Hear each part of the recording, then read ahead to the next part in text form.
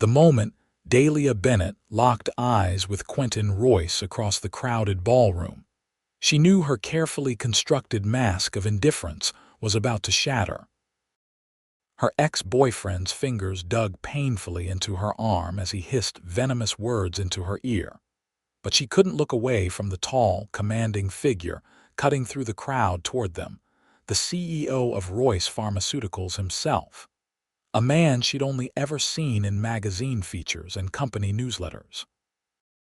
"Let go of me, Jason," Dahlia whispered, trying to twist her arm free without causing a scene at her company's most prestigious annual gala. "Not until you explain why you've been avoiding my calls," Jason replied, his breath hot against her neck, reeking of expensive whiskey and entitlement. "6 years together and you think you can just walk away? It's been over for months. Please don't make a scene," she pleaded, painfully aware of the curious glances from her coworkers. As the newly promoted marketing director for Royce Pharmaceuticals, this night was supposed to be her triumph, not another humiliating episode with a man who refused to accept rejection. "Is everything all right here?" The deep voice sent an unexpected shiver down Dahlia's spine. She looked up to find Quentin Royce standing before them, his 6'3" frame impeccably dressed in a custom midnight blue suit that emphasized the breadth of his shoulders. At 35, he was only 7 years her senior, but the power he commanded made the gap seem much wider. "This is a private conversation," Jason snapped, but his grip on Dahlia's arm loosened slightly. Quentin's gaze hardened, steel-gray eyes narrowing. "I don't believe the lady is enjoying this private conversation." He turned to Dahlia. "Miss Bennett, I've been hoping to discuss your brilliant holiday campaign. Would you care to join me?" Before Jason could object, Dahlia nodded gratefully. "I'd be honored, Mr. Royce." With surprising gentleness, Quentin placed his hand at the small of her back, creating a barrier between her and Jason. "Excellent, and you are?" He fixed Jason with a look that could freeze blood. "Jason Miller, Dahlia's boyfriend," he replied defiantly. "Ex-boyfriend," Dahlia corrected firmly. "Well, Mr. Miller, this is an invitation-only event. If you're not on the guest list, I'll have security escort you out." Quentin's voice was calm but left no room for argument. "In fact, Dahlia is expected at a meeting with our executive team right now." Without waiting for a response, Quentin guided her away, his hand remaining protectively at her back. "Is he going to be a problem?" he asked quietly once they were out of earshot. "I'm so sorry about that," Dahlia said, mortification coloring her cheeks. "He showed up uninvited. We broke up 3 months ago, but he refuses to accept it." Quentin led her toward a quieter corner of the ballroom. "Don't apologize. Men who can't respect boundaries deserve to be shown the door." He paused, studying her face. "There wasn't actually a meeting planned. I just thought you might need an exit strategy."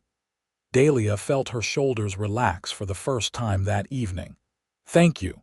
I didn't expect the CEO to come to my rescue." A smile softened his serious expression. "I make it my business to protect my employees, especially the ones whose work I admire." He gestured toward the dance floor where couples moved to the orchestra's elegant melody. "Would you care to dance? It might deter your ex from approaching again." She hesitated. "Won't that seem inappropriate?" "You're the CEO and I'm just the marketing director whose campaign increased our fourth-quarter sales by 22%. He raised an eyebrow. "I think we can bend protocol for one dance." Before she could overthink it, Dahlia nodded. "One dance." Quentin guided her onto the dance floor with the same quiet confidence he displayed in the boardroom. His hand settled at her waist, respectful yet secure, as he led her into a waltz. Despite his imposing presence, his movements were surprisingly graceful. "Where did the CEO of a pharmaceutical empire learn to dance like this?" Dahlia asked, trying to ignore the fluttering in her stomach. My mother insisted I take lessons, said no son of hers would embarrass her at charity galas. His lips quirked. At 14, I hated every minute. Now I'm grateful. As they moved together, Dahlia couldn't help noticing the envious glances from other women. Quentin Royce wasn't just powerful, he was undeniably attractive, with his dark hair showing just a touch of distinguished silver at the temples, strong jawline, and intelligent eyes that seemed to see right through her. "Everyone's staring," she murmured. "Let them. You deserve recognition after that marketing campaign." His hand tightened slightly at her waist as he turned her away from where Jason stood glowering at the edge of the dance floor. "Your ex is still watching. Would you prefer to leave the ballroom entirely?" Dahlia lifted her chin. "No. I've worked too hard to get here. I won't let him chase me away from my own success." Approval flickered in Quentin's eyes. "That's the spirit I recognized when I read your proposal. Determination." As the music continued, Dahlia found herself relaxing into his lead. "May I ask you something, Mr. Royce? After saving you from unwanted company, I think you can call me Quentin." "Quentin," she tested the name, finding she liked the way it felt. "Why did you really step in? There are security guards for that sort of thing." He considered her question as he guided her through a turn. "I saw distress on the face of someone whose work I respect. The decision was simple." He paused. "And perhaps I recognized the look of someone who didn't want to make a scene but deserved to be rescued anyway." There was something in his voice, a hint of personal understanding that made Dahlia wonder what experiences lay behind his words. Before she could respond, the music ended. Quentin stepped back, his hands lingering for just a moment before releasing her. "Thank you for the dance, Dahlia." "Thank you for the rescue," she replied, surprised by the reluctance she felt as they separated.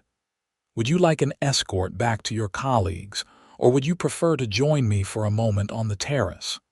The view of the city is quite spectacular from there." Dahlia glanced around, spotting Jason still watching from across the room. More importantly, she saw her team members exchanging curious looks and whispers.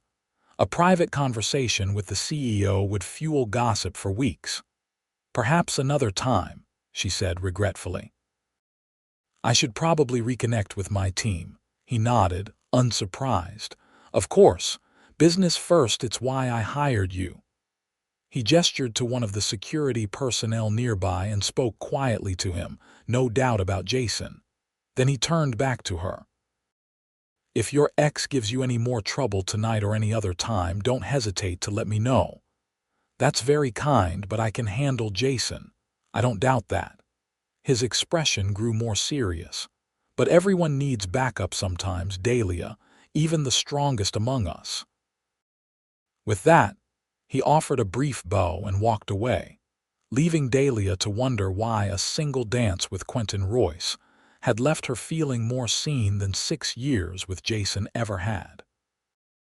The rest of the evening passed in a blur of congratulations from colleagues and careful avoidance of Jason, who eventually was escorted out when he tried to approach her again. Dahlia caught glimpses of Quentin throughout the night, commanding attention in conversations with board members, charming the mayor, listening intently to a researcher's animated explanation.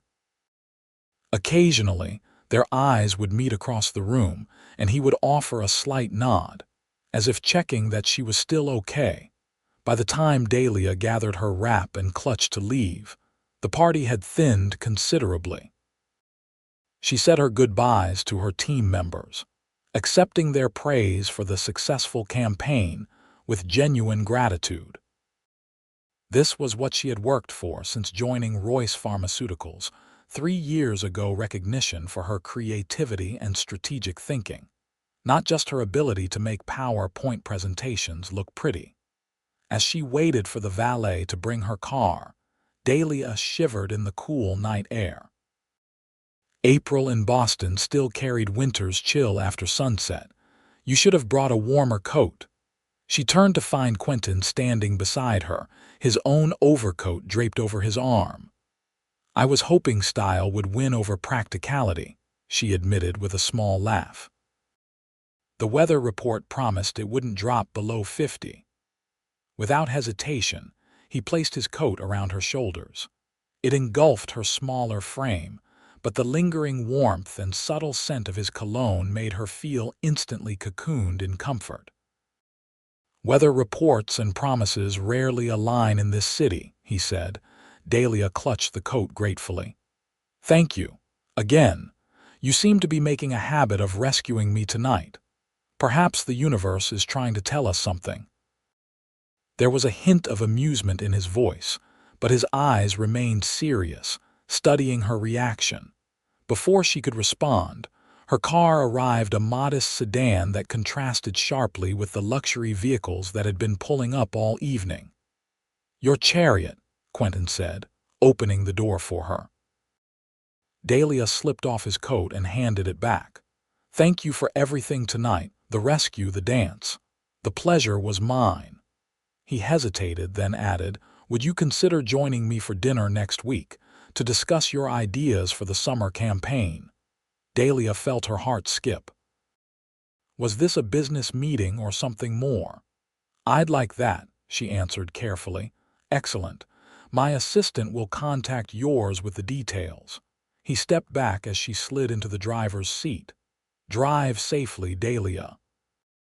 As she pulled away from the hotel, Dahlia glanced in her rearview mirror to see Quentin still standing there, watching her car until it disappeared into the flow of traffic. She couldn't shake the feeling that something significant had just begun, something that started with a rescue, but might lead somewhere she'd never anticipated. Monday morning arrived with the usual chaos of a marketing department facing quarterly deadlines. Dahlia arrived early, as was her habit, hoping to get a head start on the day before her team filled the open workspace with their energy and ideas. To her surprise, a sleek crystal vase containing an arrangement of white peonies and blue delphiniums, the exact colors of her dress from the gala, sat on her desk. She plucked the small card from among the blooms. Thank you for the dance. Looking forward to our dinner on Wednesday. Dahlia tucked the card into her desk drawer just as her assistant, Marcus, appeared with her morning coffee. Someone has an admirer, he observed, nodding toward the flowers. They're gorgeous.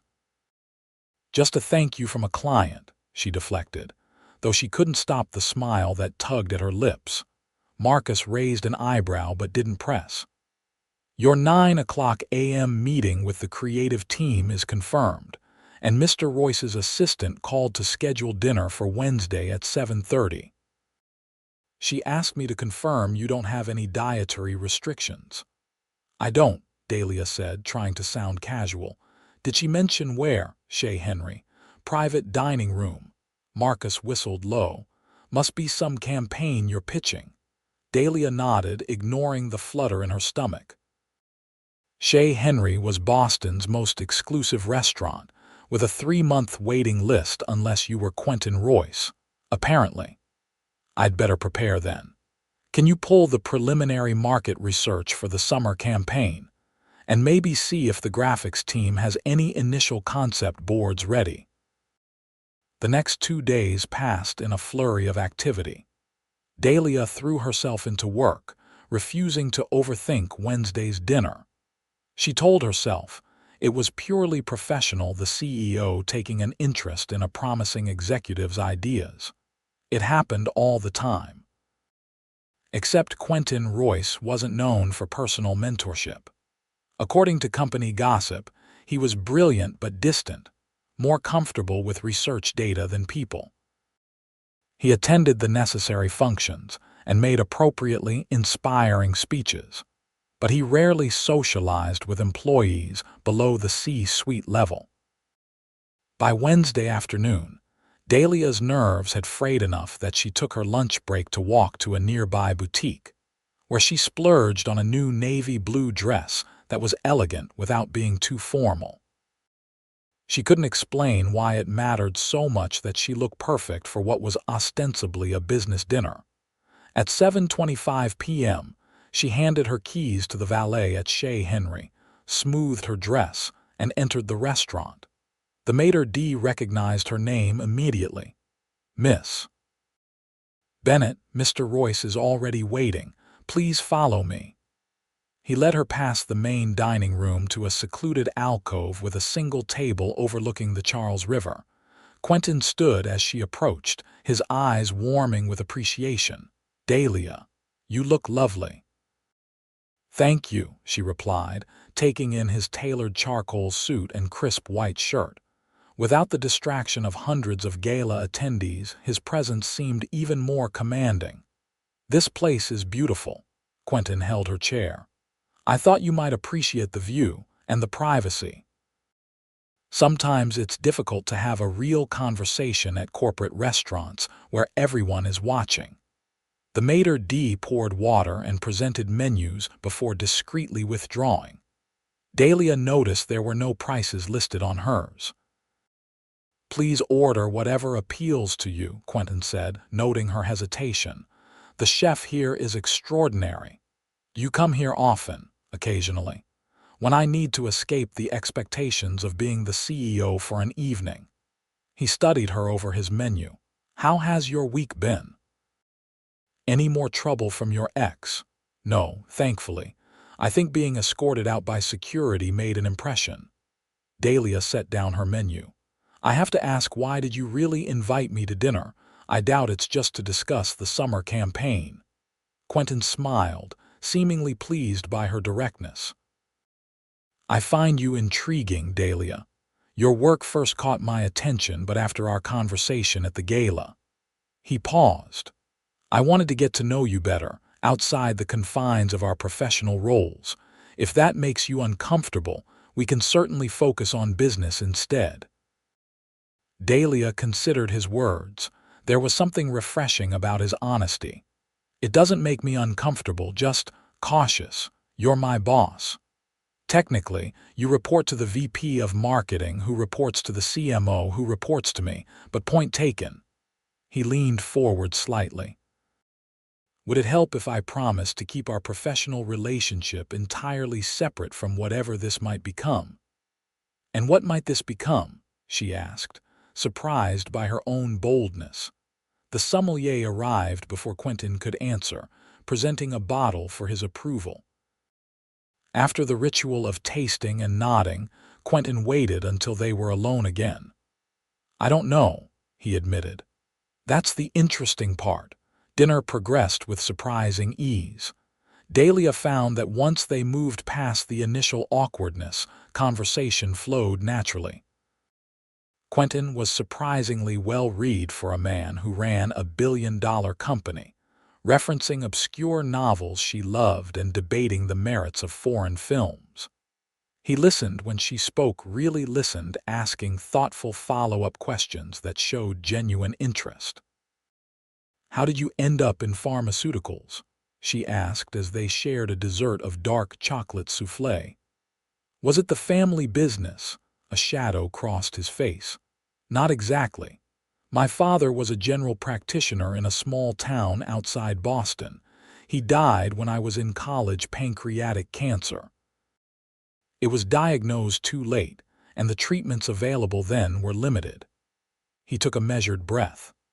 "I was studying biochemistry, but after his death, I became obsessed with developing better diagnostic tools and treatments. Started a small research lab with my inheritance and student loans. That small lab became Royce Pharmaceuticals, eventually. We developed a more sensitive test for pancreatic cancer markers. That led to our first major funding, then our first acquisition, and so on." He looked out at the river. 20 people died of pancreatic cancer in the time we've been sitting here having dinner. That number was higher 5 years ago. In another 5, I hope it will be lower still." The passion in his voice touched something in Dahlia. That's why you push so hard for the early detection campaigns. Yes, marketing isn't just about selling products, Dahlia. It's about saving lives sometimes. He refocused on her. But enough about my crusade. Tell me about your journey. How does someone with a fine arts degree end up as one of the sharpest marketing minds I've encountered? Dahlia laughed.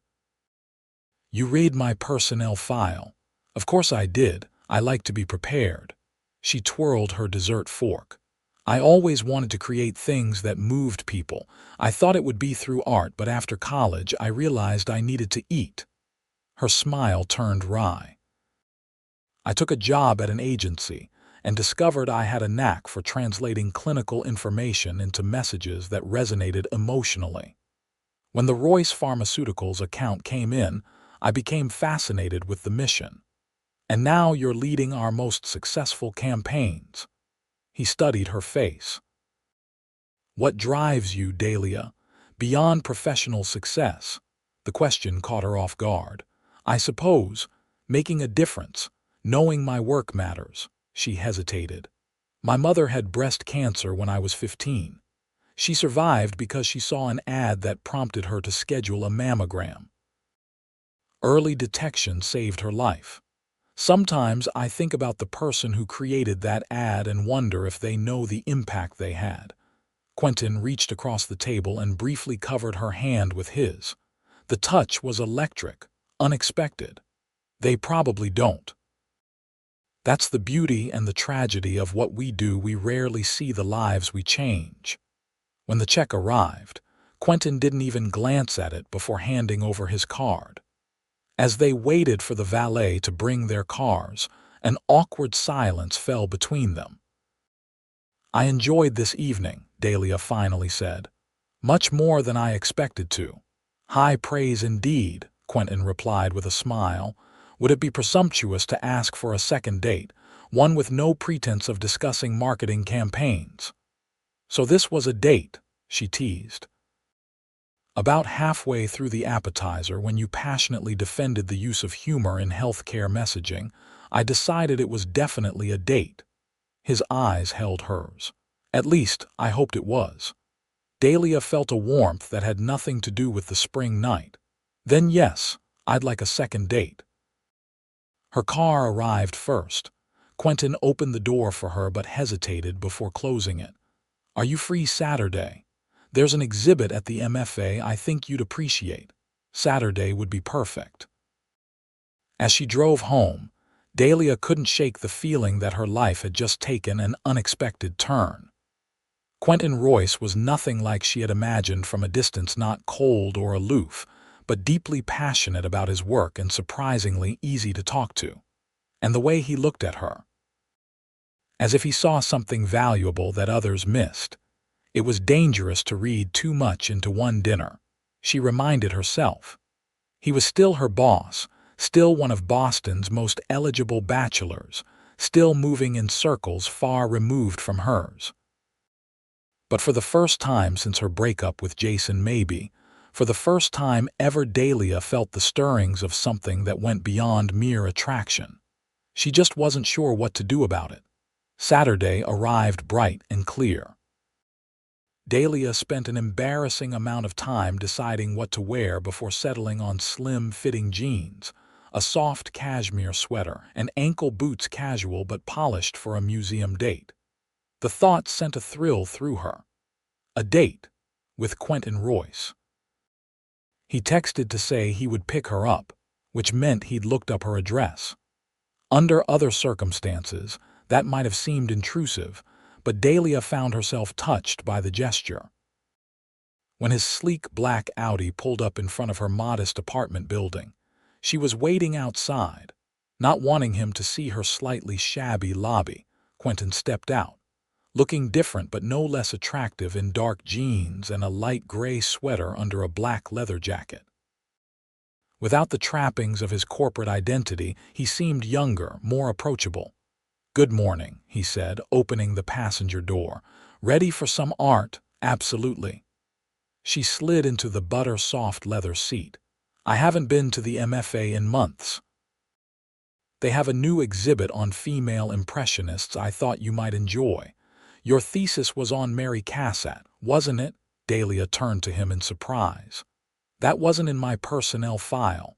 No, he admitted as he pulled into traffic. I may have done some additional research. You Googled me. I prefer to call it thorough background investigation.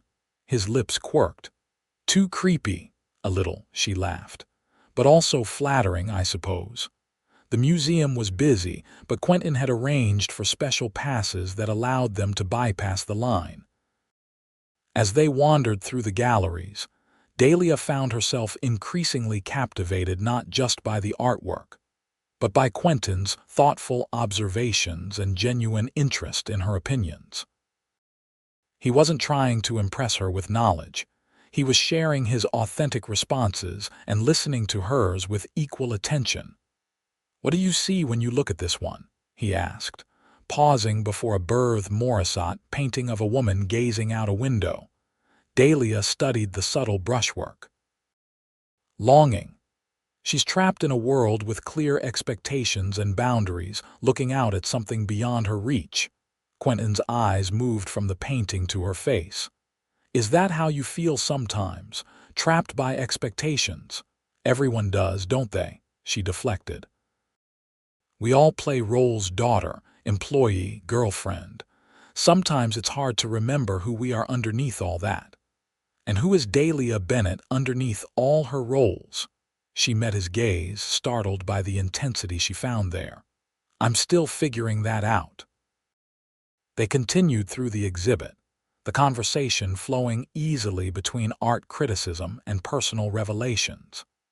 Dahlia learned that Quentin played piano, spoke fluent Japanese from his years developing partnerships with Japanese research institutes, and had a weakness for old noir films. In turn, she told him about her passion for pottery, her dream of visiting every major art museum in the world, and her secret addiction to cheesy sci-fi novels. After the museum, they walked along the river, stopping for coffee at a small cafe. The spring air was crisp but pleasant, and Dahlia found herself relaxing completely in his company. "Can I ask you something personal?" she said as they sat on a bench watching sailboats drift by. "Of course." "Why me? You must meet fascinating, accomplished women all the time." "Women who move in your social circles." Quentin considered her question seriously. "I do meet many impressive women, but most of them see Quentin Royce, CEO, rather than just me." He turned to face her. "When we danced at the gala, you looked at me like I was a person, not a position or a bank account. Do you know how rare that is?" "I already knew you were more than your title," she said softly. "Your work speaks for itself, as does yours." He hesitated. "There's something genuine about you, Dahlia. You're brilliant at your job, but you're not calculating or political. You speak your mind, you care about the impact of your work, and—" His lips curved into a smile. "You have the most expressive eyes I've ever seen. They give you away every time." "Give me away," she echoed, feeling suddenly vulnerable. "They show what you're feeling even when you're trying to be professional." His voice lowered. "Like right now when you're wondering if I'm going to kiss you," her breath caught. "Am I that transparent?" "Only to someone who's been watching closely." His hand came up to gently cup her cheek. "May I?" Instead of answering, Dahlia leaned forward, pressing her lips to his. The kiss was gentle at first, a question rather than a demand. But when Quentin's arm slipped around her waist, pulling her closer, the kiss deepened, becoming something more urgent and revealing. When they finally broke apart, Dahlia felt slightly dazed. "That was overdue," Quentin finished, his eyes darker than before. He kept his arm around her, their bodies still close. "I've wanted to do that since the gala." "Me too," she admitted. "This complicates things." His thumb traced her lower lip. "I meant what I said about keeping our professional relationship separate, but people will talk." "Let them," Dahlia said, surprising herself with her boldness. I'm good at my job. That's what matters. It's not your abilities I'm worried about, it's the perception that you're receiving special treatment." His expression grew serious. "Your work deserves to be recognized on its own merits." "Then we'll be discreet," she smiled. Though that kiss wasn't exactly low profile, Quentin glanced around at the nearly empty park. "I think our secret is safe for now." He stood, offering his hand. "Come on. There's an amazing little Italian place nearby for dinner if you're hungry." As they walked hand in hand, Dahlia couldn't remember the last time she'd felt so comfortable with someone. With Jason, she'd always been performing, somehow trying to be the perfect girlfriend, anticipating his moods, smoothing over his insecurities. With Quentin, she felt no need to be anything but herself. Dinner was intimate and unhurried.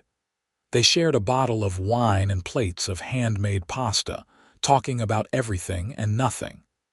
When Quentin drove her home afterward, the air between them hummed with possibility. "Would you like to come up?" she asked as he walked her to the door. Quentin's eyes darkened. "More than you know." He tucked a strand of hair behind her ear. "But I think we should take this slowly, do this right." Dahlia felt a mix of disappointment and respect. "That's probably wise." "Wisdom has nothing to do with it," he murmured, brushing his lips against hers. "It's taking every ounce of self-control I possess to say goodnight." The kiss that followed made her doubt his restraint and her own. His hands tangled in her hair as he backed her against her door, his body pressed against hers with delicious heat. When he finally pulled away, they were both breathing heavily. "Good night, Dahlia," he said, his voice rough. "I'll call you tomorrow." She watched him walk back to his car, admiring the confident set of his shoulders and the way his jeans fit just right. As his taillights disappeared around the corner, Dahlia touched her lips, still feeling the pressure of his kiss. Whatever was happening between them was definitely not what she had expected when she'd prepared for the company gala a week ago. But for the first time in a long time, Dahlia was excited about the uncertainty of what might come next. The following weeks unfolded in a haze of unexpected happiness. Dahlia and Quentin established a rhythm, seeing each other 2 or 3 times a week while maintaining professional distance at work. He never came to her office or singled her out in meetings, and she was careful to direct all business communication through proper channels. But occasionally, she would receive a text during the workday, a quote from a book they'd discussed, a recommendation for a film, or simply a question about her day that made her smile. Their dates were varied and thoughtful. Quentin took her sailing on the Charles, introduced her to hidden jazz clubs, and once surprised her with a private pottery class where they laughed at his hopeless attempts to shape clay. In turn, Dahlia showed him her favorite bookstores, the best taco truck in the city, and a secret spot on the harbor where you could watch the sunrise over the water. 1 month into their relationship, they were having dinner at her apartment when Dahlia's phone buzzed repeatedly with text notifications. She glanced at it, frowned, and set it face down on the table. "Everything okay?" Quentin asked, noticing her change in expression. "It's Jason," she admitted. "He found out I'm seeing someone new and he's not happy about it." Quentin's jaw tightened. "How did he find out?" "Mutual friends, probably," she sighed. "It doesn't matter. He'll get over it eventually." "Has he been bothering you all this time?" Quentin's voice was carefully controlled, but she could hear the anger underneath. "Occasionally. Nothing I can't handle." She reached for his hand. "Let's not let him ruin our evening." But the texts continued, and when her phone actually rang, Dahlia excused herself to take the call in her bedroom, wanting to tell Jason firmly to stop contacting her. "You need to stop this," she said without preamble. "Is it true?" Jason demanded. "Are you dating Royce?" Dahlia closed her eyes. "My personal life is none of your business anymore." He's using you, Dahlia. Men like that don't seriously date women like you. The words stung more than they should have. Women like me, middle-class marketing directors from Jersey, Jason sneered. You're a novelty to him. When he's done slumming, he'll drop you and you'll still have to work for him.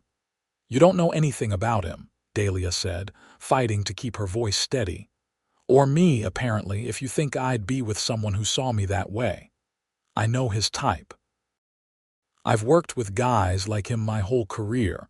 They take what they want and discard the rest. Like you tried to do with me, she shot back. I'm hanging up now, Jason. Don't call me again. She ended the call, her hands shaking slightly. When she returned to the living room, Quentin was standing by the window, his posture tense. I'm sorry about that, she said. He's just trying to get under my skin. Did he succeed? Quentin asked quietly, turning to face her. Dahlia hesitated. A little. He said some things that made me question. Question what? Me? Us? Not exactly. She ran a hand through her hair.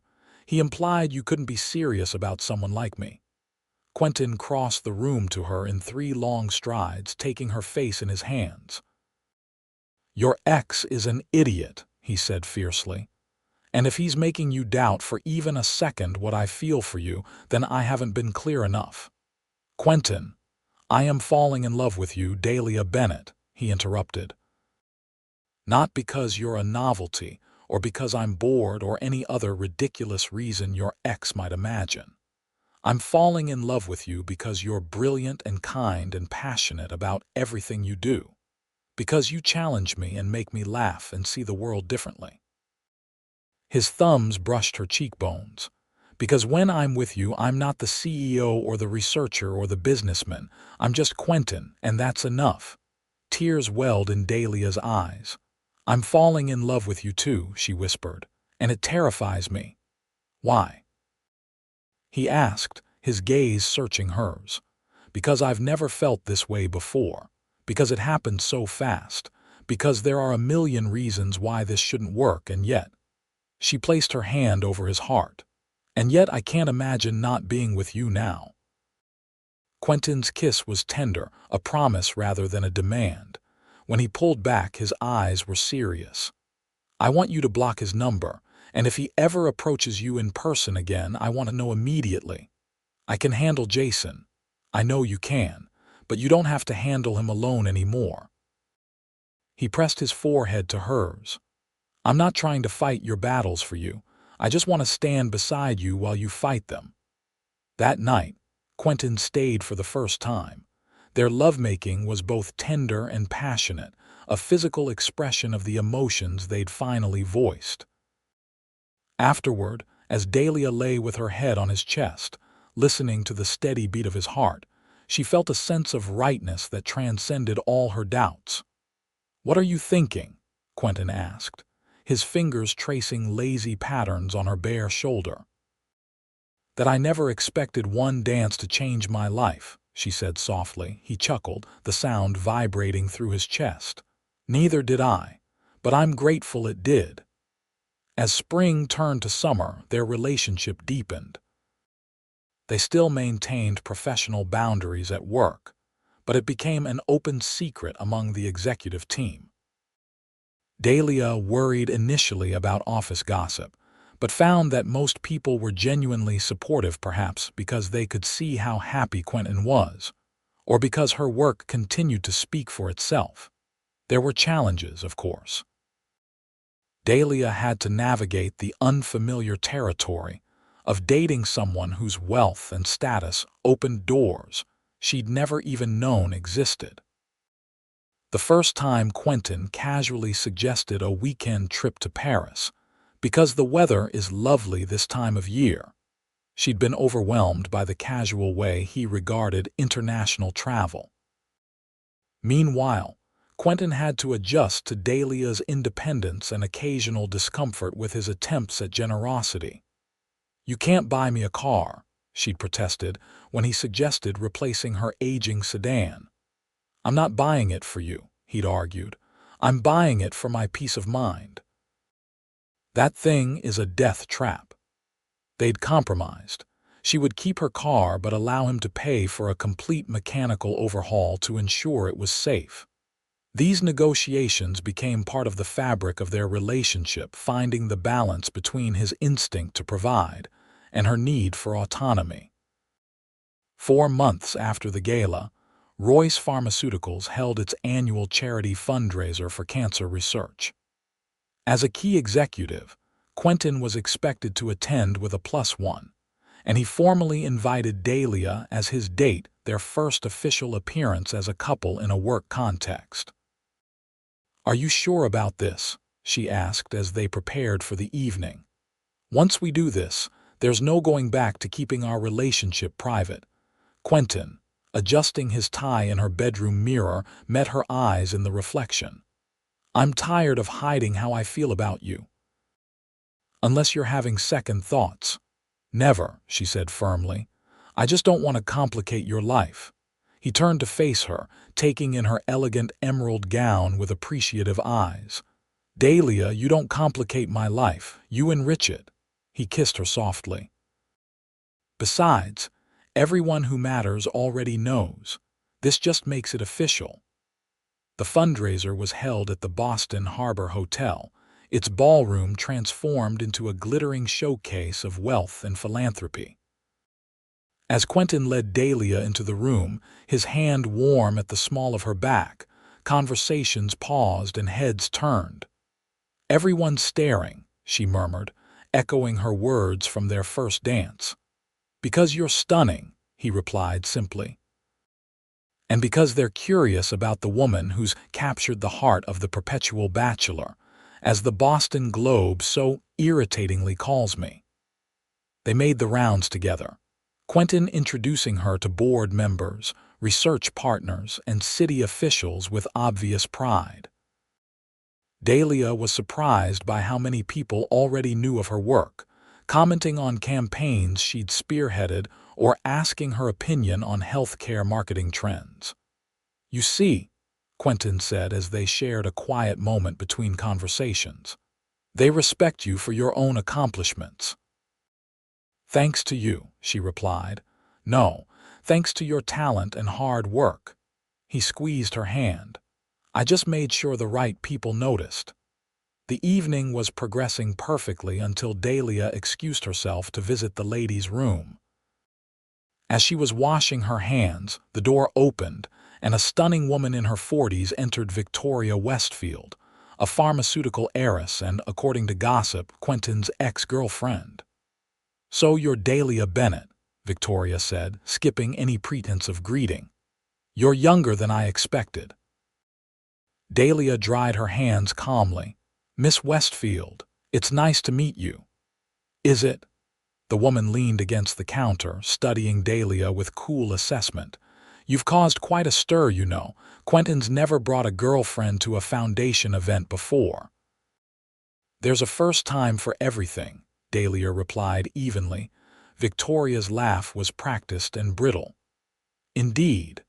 But don't get too comfortable, darling. Quentin has a pattern. He becomes intensely focused on a project or a person, and then, once he's solved the puzzle, he moves on."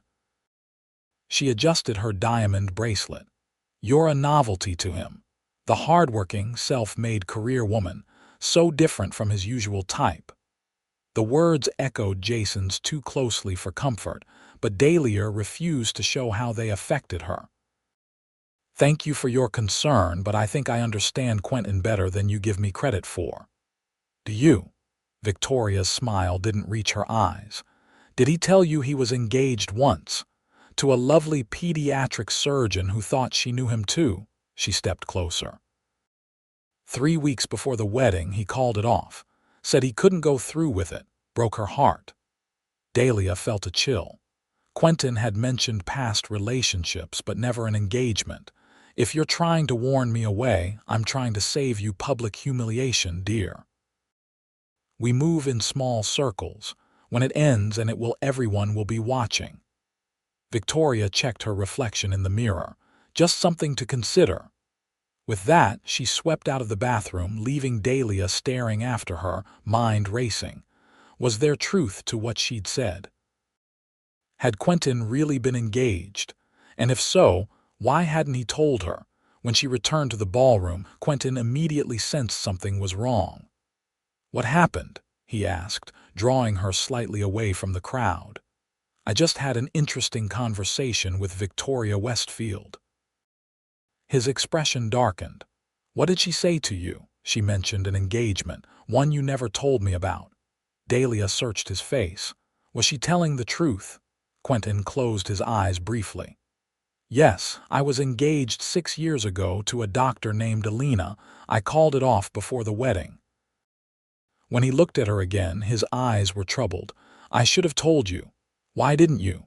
"Because it's the thing I'm least proud of in my life." He glanced around the crowded room. "Can we discuss this somewhere private, please?" Dahlia nodded, following him out to a secluded terrace overlooking the harbor. The night air was cool against her bare shoulders, but she barely noticed. "I met Alina during a medical conference," Quentin began without preamble. "She was brilliant, dedicated to her patients, and we seemed perfectly matched on paper. The relationship progressed quickly, too quickly in retrospect. Before I fully understood what I was doing, we were engaged and planning a wedding." "What happened?" Dahlia asked quietly. "I realized I didn't love her, not truly. I admired her, respected her, even cared for her deeply, but I wasn't in love with her." He ran a hand through his hair. "I kept telling myself it would be enough. That passionate love was a myth anyway, that our compatibility and shared goals were more important." "But it wasn't enough," Dahlia supplied. "No. 3 weeks before the wedding, I finally admitted the truth to myself and to her. It was cowardly to wait so long, and it hurt her more than if I'd been honest earlier." His eyes held Dahlia's. "I didn't tell you because I was ashamed of my failure to recognize sooner what was missing. And because what I feel for you is so profoundly different that it seemed to belong to another lifetime." Dahlia absorbed his words, trying to reconcile them with Victoria's warning. "Different how?" Quentin took her hands. "With Alina, everything made sense on an intellectual level. With you—" He smiled faintly. "Nothing made sense at first. You weren't what I was looking for. You challenged me, surprised me, made me question my assumptions. You still do." His grip tightened. "I didn't plan to fall in love with you, Dahlia. But what I feel for you is real and complete in a way I've never experienced before." The sincerity in his voice was unmistakable. Dahlia felt her doubts begin to dissolve, replaced by a deeper understanding of the man before her. "Victoria said you have a pattern. That once you solve the puzzle of a person, you move on." Quentin's laugh held no humor. "Victoria and I dated briefly nearly a decade ago. She has her own version of history." He cupped Dahlia's face. "The beautiful thing about you is that you're not a puzzle to be solved. Every day I learn something new, see another facet of who you are." "I'm still the same marketing director you met at the gala," she reminded him, "and I'm still falling more in love with her every day." He leaned his forehead against hers. "I'm sorry I didn't tell you about Alina. There shouldn't be secrets between us." Dahlia nodded, her heart fuller than before. "No more secrets," she agreed. They rejoined the party, and if anyone noticed their brief absence, no one commented. For the rest of the evening, Quentin kept her close, his hand often finding hers or resting protectively at the small of her back. When they finally said their goodbyes, Victoria Westfield was pointedly not among those they sought out. In the car on the way back to Dahlia's apartment, Quentin was unusually quiet. She waited, sensing he had more to say. "Move in with me," he said finally as they stopped at a red light. Dahlia turned to him in surprise. "What? Move in with me?" he repeated, looking at her with intensity. "I love you and I want to build a life with you, not someday now." "We've only been together 4 months," she said, though her heart raced at his words. "I know. And normally I'd say that's too soon, but nothing about us has followed a conventional timeline. The light turned green and he focused back on the road. We can wait if you need more time.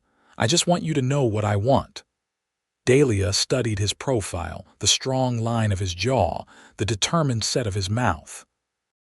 In the 4 months they'd been together, she'd come to know this man, his brilliance and his blind spots, his generosity and his occasional stubbornness, the passion that drove him and the gentleness few people ever saw. "Yes," she said simply. Quentin glanced at her, hope and uncertainty mingled in his expression. "Yes, yes, I'll move in with you," she smiled. "But I'm keeping my job and paying my share of expenses," he laughed, the tension breaking. "Your job was never in question. As for expenses," he reached for her hand, "we can figure out an arrangement that respects your independence."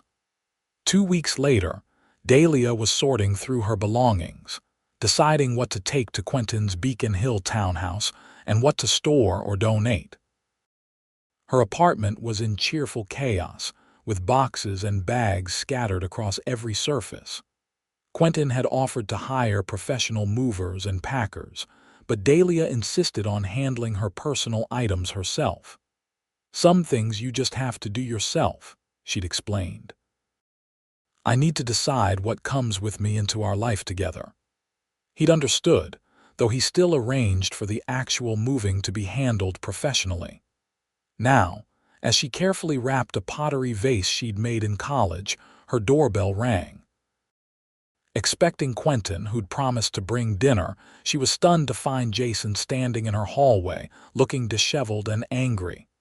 "What are you doing here?" she asked, not inviting him in. "So it's true. You're moving in with him." Jason's gaze moved past her to the boxes. "Jesus, Dahlia, what are you thinking?" "I'm thinking it's time for you to leave." She started to close the door, but he pushed forward, forcing his way inside. "You need to listen to me," he insisted. "You're making a huge mistake." The mistake was opening the door. Dahlia backed away, reaching for her phone. "Leave now, or I'm calling the police." "Go ahead," he sneered. "Call your boyfriend instead. Let him fight your battles." "My battles?"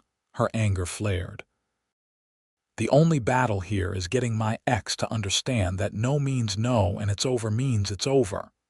It wasn't over until you threw it away for a rich guy who's slumming with you." Jason's voice rose. 6 years, Dahlia. 6 years of building a life together, and you walk away for what? Designer clothes and fancy parties. Is that what you always wanted? "What I wanted was respect," she shot back. "What I wanted was someone who saw me as an equal, not as an accessory or a convenience. And yes, I found that with Quentin, but it has nothing to do with his money." Jason laughed bitterly. "Right, you'd still be with him if he was a schoolteacher." "Yes, I would," Dahlia said firmly, "because I love the man, not his bank account or his position. You can't possibly know him after a few months." "I know him better after 4 months than I knew you after 6 years." She gestured toward the door. "Now leave, Jason. This is the last time I'm asking." He stepped closer instead, his expression hardening. "Not until you listen to reason. He's using you, Dahlia. When he's done, step away from her. Now." Quentin's voice from the doorway was cold with controlled fury. He stood perfectly still, take-out bags forgotten in one hand, his eyes fixed on Jason with dangerous intensity. Jason turned slowly. "Well, if it isn't the CEO himself coming to the rescue again." "I said step away." Quentin set down the bags and moved into the apartment, positioning himself between Dahlia and Jason. "This is between me and my girlfriend." "Ex-girlfriend," Dahlia corrected firmly, moving to stand beside Quentin rather than behind him. "And he's right. You need to leave." Jason looked between them, his face flushed with anger. "You think he loves you. Men like him don't marry women like you, Dahlia. You're a diversion, a charity case. When he's ready to settle down, he'll find someone from his world."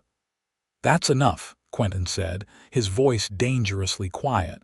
"You're leaving now, either voluntarily or with police assistance.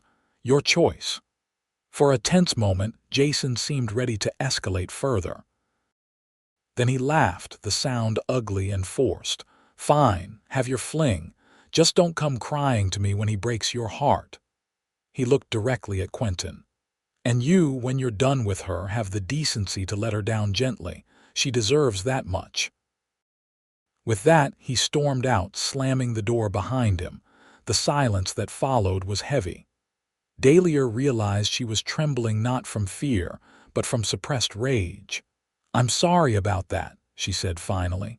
"I should have called security the moment he showed up." Quentin turned to her, his anger giving way to concern. "Are you okay?" "I'm fine. Just angry that he still thinks he has any right to an opinion about my life." She moved to pick up the takeout bags. "Thank you for showing up when you did, though I had it under control." "I know you did," Quentin said quietly, helping her with the bags. "I wasn't stepping in because I thought you couldn't handle him. I was stepping in because no one should have to face that kind of hostility alone if they don't have to." His understanding diffused the last of her defensive tension. "In that case, thank you for having my back. Always." He brushed a strand of hair from her face. "But we should talk about security. If he's escalating to showing up at your apartment uninvited, I'm moving out in 3 days, she reminded him. "And the new tenants will be here next week. He won't know where to find me, still. I'd feel better if we had some precautions in place." Quentin's expression grew serious. "Not because I don't think you can take care of yourself, but because I don't want you to have to." Dahlia nodded, recognizing the concern behind his words. "Okay. We'll talk about it. But first, dinner. I'm starving." As they unpacked the Thai food containers, Dahlia felt a renewed certainty about her decision to move in with Quentin. Jason's intrusion had only highlighted the contrast between her past and her future, between a relationship based on dependency and one built on mutual respect and support. By the end of the week, Dahlia had officially moved into Quentin's townhouse. The transition wasn't without its challenges. Merging their lives meant compromises on both sides. Quentin had to make space in his meticulously organized home for Dahlia's more eclectic possessions, while she had to adjust to living with household staff and security measures that came with his position. "Do we really need someone to clean 3 times a week?" she'd asked when he explained the household arrangements. "No, but Margarita has worked for me for 7 years and cutting her hours would impact her financially," he'd replied. "We can adjust the schedule if it makes you uncomfortable, but I'd prefer to keep her on." It was these moments of consideration for the people who worked for him, for her feelings, for the balance of their relationship that continued to deepen Dahlia's love for him. Quentin wasn't perfect. He could be overprotective, occasionally too focused on work, and sometimes tone-deaf to the realities of life without unlimited resources. But he was always willing to listen, to learn, to adjust his perspective. 3 months after moving in together, they were hosting a small dinner party for their closest friends, a blend of Quentin's longtime social circle and Dahlia's friends from work and college. It was the first time many of them were meeting, and Dahlia had been slightly anxious about how they would interact. She needn't have worried. Quentin's warmth as a host and genuine interest in her friends created an atmosphere where everyone seemed to connect naturally. By dessert, her college roommate was deep in conversation with Quentin's research partner, while her assistant Marcus was charming Quentin's oldest friend with stories from the marketing department. As Dahlia brought out coffee, she paused in the doorway to the dining room, struck by the scene before her. Quentin was laughing at something her friend Sophie had said, his face relaxed and open in a way few people outside their private life ever saw. This was their life now, a seamless blending of their separate worlds into something new and wonderful. Quentin looked up, catching her eye across the room, and smiled a private smile just for her. In that moment, Dahlia knew with absolute certainty that she wanted this forever. Later that night, after their guests had departed and they were cleaning up together, Quentin having insisted that the staff take the evening off after preparing the meal, he slipped his arms around her waist from behind. "That went well," he murmured against her neck. "Mm. Better than I expected." She leaned back into him.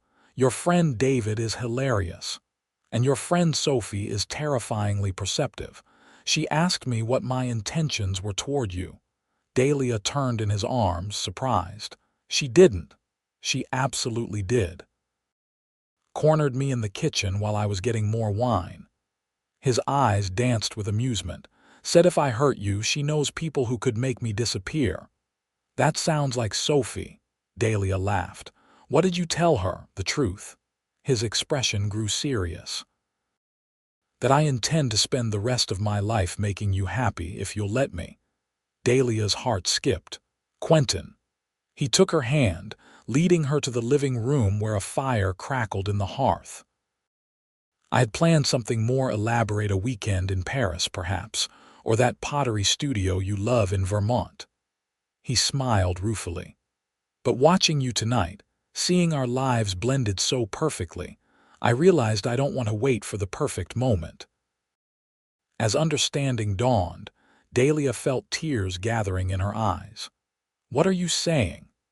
Quentin reached into his pocket and withdrew a small velvet box. Dropping to one knee before her, he opened it to reveal a stunning but tasteful emerald ring set in platinum. "Dahlia Bennett, you walked into my life unexpectedly, and in the space of one dance, you began to change everything. You've shown me what real partnership means: supporting each other's dreams, challenging each other to grow, loving each other's strengths and weaknesses equally." His voice was steady but filled with emotion. "I love you more than I ever thought possible, and I want to build a life with you, not just for now, but forever. Will you marry me?" Tears spilled onto Dahlia's cheeks as she nodded. "Yes," she whispered. "Yes, I'll marry you." Quentin slipped the ring onto her finger, a perfect fit, and rose to gather her in his arms. His kiss was tender, a promise of the life they would build together. "I chose an emerald because it reminded me of that green dress you wore the night we met," he explained softly. "The night everything changed. The night you protected me from my ex at the company party," she said with a smile. "And I never expected one dance would turn into my everything." He brushed away a tear from her cheek. "Into our everything," he corrected gently. Their wedding 6 months later was intimate but elegant. Just 70 guests gathered at a historic estate outside Boston on a perfect autumn day. Dahlia wore a simple gown of ivory silk that made her feel like herself, while Quentin beamed with undisguised joy as she walked down the aisle toward him. Victoria Westfield was conspicuously absent from the guest list, though she had sent a surprisingly gracious gift with a note that read, "I was wrong. Be happy." Jason had finally accepted the permanence of their breakup, after Quentin's security team had a pointed conversation with him about harassment laws. As they exchanged vows under an arch of fall foliage, Dahlia looked into Quentin's eyes and saw their future, one built not on fairy tales or convenient arrangements, but on genuine love, mutual respect, and the kind of partnership that makes both people better together than they ever could be apart. "I promise to stand beside you in all battles, whether they're yours, mine, or ours," Quentin said as part of his vows, a reference to that night in her apartment that made Dahlia's heart swell. At the reception, their first dance brought them full circle. As Quentin led her across the floor with the same confidence he'd shown that first night, he whispered in her ear, "Did I ever thank you for letting me rescue you from your ex?" Dahlia smiled up at him. Did I ever thank you for turning one dance into my greatest happiness? Our greatest happiness, he corrected again, just as he had the night he proposed. A year later, Dahlia gave birth to their daughter, Emma Rose Royce, a perfect blend of both parents with Quentin's gray eyes and Dahlia's dark curls. Watching her husband cradle their newborn with tears in his eyes, Dahlia marveled at how completely her life had transformed. She had kept her position at Royce Pharmaceuticals, though she now led the entire marketing division, a promotion earned through her innovative approach to healthcare communication. Quentin had been her strongest advocate, but had recused himself from the promotion decision to ensure there was no question of favoritism. Their home had expanded to include a weekend cottage on Cape Cod, where they escaped whenever possible to give Emma sand between her toes and sunshine on her face. Family became the center of their universe, though both remained passionate about their work and the difference they could make in the world. On their third anniversary, they returned to the hotel where they had first danced together. Quentin had arranged a private dinner in the same ballroom, now emptied of all tables except one in the center of the dance floor. "You're still full of surprises," Dahlia said as he pulled out her chair. "I try." He poured champagne for them both. "Happy anniversary, my love. Happy anniversary."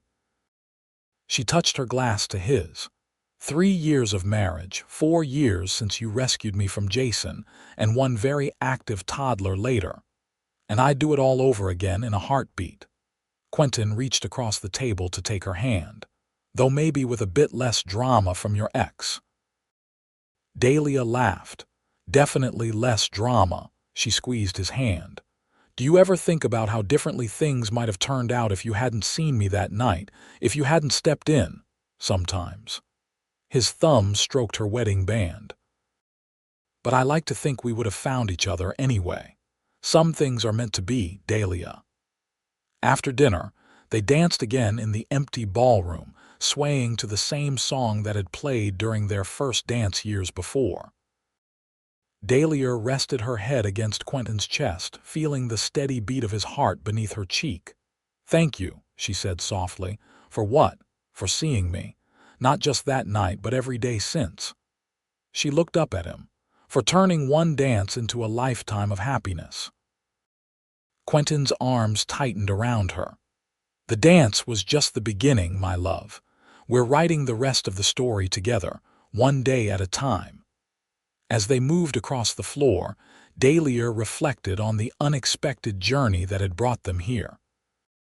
From a rescue at a company party to a love that had transformed both their lives, it wasn't the story she'd planned, but it was infinitely better than anything she could have imagined. And as Quentin dipped his head to kiss her, the same electricity that had sparked between them on that first night still pulsed, a promise that their greatest adventures together were still to come.